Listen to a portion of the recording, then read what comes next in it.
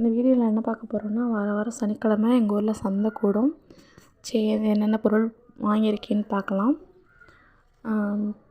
கொத்தமல்லி வந்து கட்டு 10 ரூபான்னு சொல்லியிருந்தாங்க, அதனால் அதை வாங்கியாச்சு. அரைக்கீரை வந்து கட்டு எப்போவுமே 20 ரூபான்னு சொல்லுவாங்க, அது அரைக்க 10 ரூபான்னு சொல்லவும் வாங்கியாது. அப்புறம் வந்து பீக்கங்காய் ஒரு காய் 10 ரூபான்னு சொல்லிட்டு 2 காய் 20 ரூபான்னு சொல்லி கொடுத்துருந்தாங்க.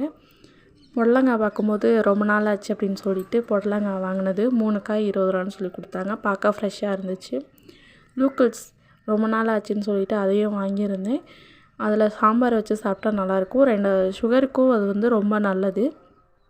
அந்த கருவாடு எதுக்குன்னா, எங்கள் வீட்டில் ஒரு குட்டி பூனை ஒன்று இருக்குது, அது துருன்னு இருக்கும், அதுக்காக வாங்கினது. அடுத்து பாவக்காய் வந்து குட்டி பாவக்காய் சாப்பிட நல்லாயிருக்குன்னு சொல்லிட்டு அந்த பாவக்காயும் வாங்கியாச்சு.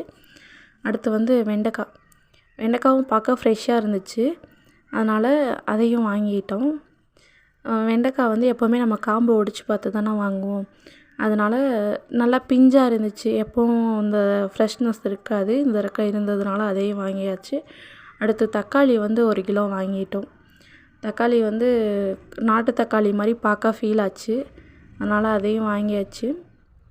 அதுக்கப்புறம் வந்து 1 கிலோ வெங்காயம், சின்ன வெங்காயம் சமைக்கிறதுக்கெலாம் ரொம்ப நல்லாயிருக்குன்னு சொல்லி அதையும் வாங்கியாச்சு.